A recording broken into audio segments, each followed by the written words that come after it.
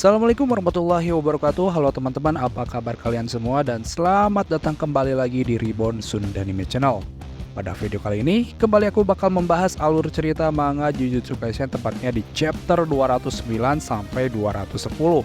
Sebelum pembahasan, jangan lupa untuk dukung dan support channel ini dengan cara mengklik tombol subscribe-nya.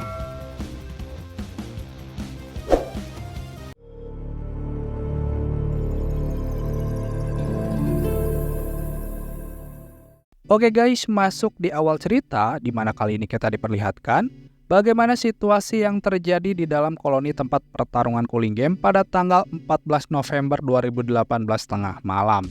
Dan ini juga momen yang terjadi sebelum pertarungan antara Tsukumo dengan Kenjaku di Makam Bintang. Jadi pada pertengahan bulan November tersebut, pasukan militer Amerika Serikat beramai-ramai masuk ke dalam lokasi pertempuran antar penyihir. Ada yang melalui jalur darat dengan menaiki mobil, dan ada juga yang melalui jalur udara dengan menaiki pesawat tempur dan helikopter. Nah, dengan masuknya mereka ke dalam koloni, otomatis mereka pun langsung terdaftar menjadi peserta Cooling Game. Dan tiap masing-masing orang memiliki satu jatah pemandu, yaitu Kogane. Jadi bila ada 800 prajurit yang masuk, itu artinya ada 800 Kogane yang akan mendampingi mereka. Nah, harus diakui, rencana Kenjaku menarik perhatian pihak militer AS untuk datang dan masuk ke dalam koloni dengan iming-iming bisa mendapatkan sumber energi terbarukan ini nampaknya berhasil. Tapi sepertinya mereka semua telah ditipu karena Uraume mengatakan kalau dia dan Kenjaku akan membuat koloni ini sebagai pemandian yang memuaskan bagi Sukuna. Kemudian di panel selanjutnya, diperlihatkan seusai masuk koloni, para tentara negara adik kuasa ini pun mulai bergerak mencari para penyihir yang bersembunyi di dalam bangunan. Seperti yang terjadi pada gadis berambut ekor kalajengking ini.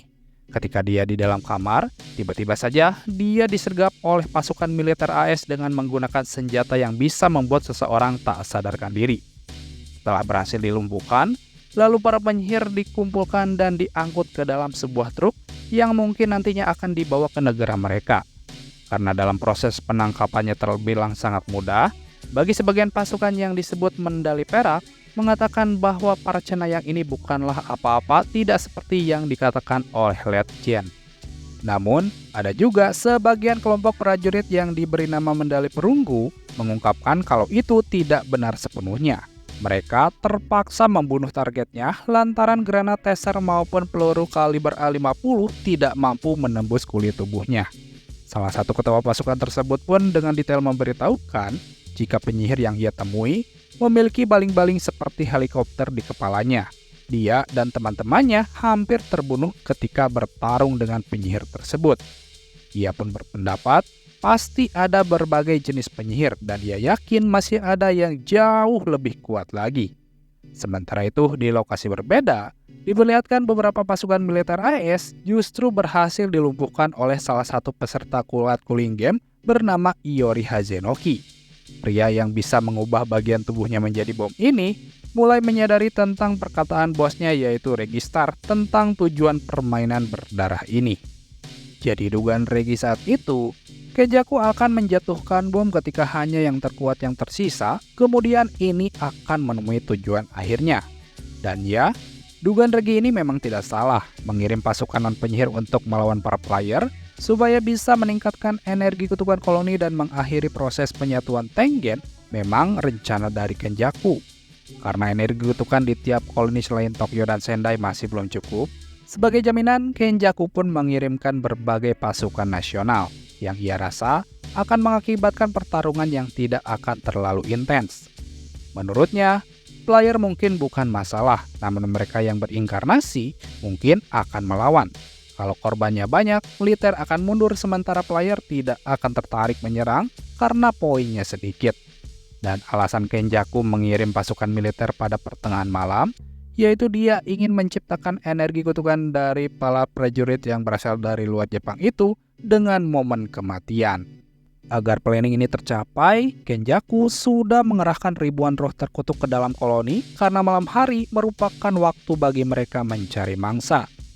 Berpindah ke tempat berbeda, di mana di sana diperlihatkan sembari menuruni anak tangga, Angel memberitahu Megumi, Itadori, dan Takaba kalau tujuan Kenjaku adalah pembunuhan massal non-penyihir menggunakan roh terkutuk sebagai jaminan kalau game pemusnahan tidak cukup menghasilkan energi terkutuk. Lalu ketika mereka berempat memasuki ruang restoran yang ada di Hotel Bintang 5 tersebut, tiba-tiba Itadori dan kawan-kawan berusaha disergap oleh para prajurit yang telah mengetahui keberadaan mereka. Dengan menggunakan senpi, para prajurit itu mulai menembak agar bisa melumpuhkan 4 penyihir tersebut.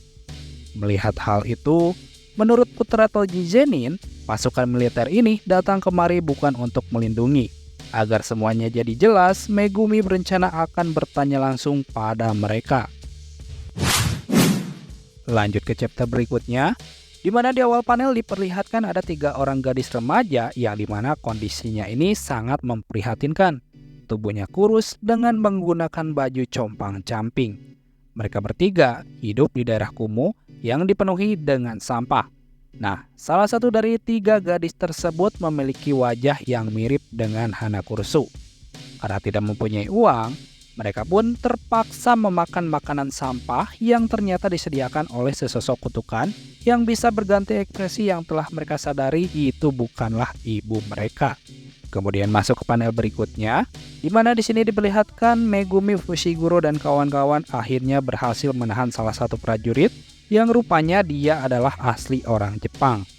Setelah ditanyai, prajurit itu pun menerangkan tujuan mereka datang dan menangkap para penyihir tiada lain untuk mendapatkan energi kutukan yang ada dalam tubuh para penyihir yang nantinya akan diteliti sebagai sumber energi. Dengan informasi itu, sang pengguna teknik 10 bayangan itu pun menyimpulkan kalau Kenjaku memakai prospek sebuah sumber energi baru untuk memancing pasukan non-penyihir ke dalam koloni untuk mengorbankannya pada arwah terkutuk. Angel pun menambahkan, jika kematian begitu banyak orang akan menghasilkan cukup energi kutukan untuk memenuhi koloni. Itu akan menyelesaikan persiapan sebelum menggabungkan Tengen dengan manusia di negara ini. Merasa situasinya akan sangat jadi berbahaya, Itadori pun seketika mengajak rekan-rekannya untuk menyelamatkan mereka. Akan tetapi, ajakannya tersebut ditolak mentah-mentah oleh Angel. Dia menerangkan jika di koloni Tokyo 1 dan 2, 50 penyihir sudah mati dalam pertarungan. Di koloni 1 ini sendiri sudah ada cukup energi kutukan. Dan ia pun mengatakan hal yang akan dilakukan oleh Itadori itu percuma saja. Mau Itadori selamatkan mereka atau tidak dari arwah terkutuk, hasilnya tetap tidak berubah. Ketika ditanya kenapa, Angel pun menjelaskan kalau Hana dan dirinya hidup bersama. Resiko Hana adalah resiko dirinya. Jadi, ia tidak ingin Hana diseret ke pertempuran yang tidak berguna. Mendengar hal tersebut, Itadori pun sepertinya tidak masalah jika Angel tidak mau ikut membantu, karena dari awal mereka ini bukanlah rekan. Jadi Itadori dan Megumi bisa melakukannya sendiri, dan Itadori tidak ingin Angel memerintahnya sebab dirinya tidak pernah mempercayai mereka. Sementara itu, di lokasi berbeda diperlihatkan momen yang sangat mengerikan di mana jasad beberapa tentara AS dijadikan bahan makanan oleh sesosok arwah terkutuk sebagai umpan pancing mendapatkan beberapa ekor kutukan yang terlihat seperti ikan. Seusai umpan dilahap, sosok kutukan itu pun mengangkat ikan ke atas lalu bersama teman-temannya tubuh ikan itu dimakan sampai habis. Nah, dari beberapa jasad yang ada, salah satunya ternyata masih hidup, guys. Sebagai seorang prajurit, dirinya selalu siap untuk mati, baik itu mati karena peluru dari teroris ataupun menginjak ranjau di gurun. Akan tetapi, menurutnya situasi yang terjadi saat ini tidaklah benar, dan dia tidak mau mati sebagai umpan pancing oleh para kutukan. Nah, di saat si kutukan lagi asik menyiksa para tentara, di sisi lain Megumi dan Itadori akhirnya turun tangan untuk menolong nyawa mereka dari roh kutukan setelah sebelumnya berdebat dengan Angel. Kemudian di panel selanjutnya nih guys, akhirnya terungkap sudah siapakah identitas gadis remaja yang ada di panel awal chapter 210. Jadi ternyata gadis remaja tersebut adalah Hana Kursu pada waktu masih kecil. Dia berhasil selamat karena mengikuti seekor anjing putih yang ternyata hewan itu merupakan Shikigami peliharaan Megumi ketika masih bocah. Mungkin dari sinilah awal mula Hana Kurusu menyukai putra Toji Zenin ini. Ia bahkan sangat yakin kalau itu semua sudah menjadi takdir, dan ia percaya suatu hari akan bertemu dengannya lagi. Dan dia akan berusaha sedikit demi sedikit menjadi seseorang yang layak berdiri di sampingnya. Sementara menurut Itadori, setelah bertemu kembali dengan Megumi, ia sempat berpikir kalau Kurusu nantinya akan menjadi pengganti Kugisaki.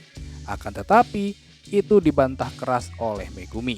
Lalu bagaimanakah kisah selanjutnya? Oke guys, demikianlah pembahasan manga Jujutsu Kaisen chapter 209 sampai 210. Terima kasih buat kalian yang sudah mampir dan menonton video ini sampai selesai. Dan akhir kata, wassalamualaikum warahmatullahi wabarakatuh.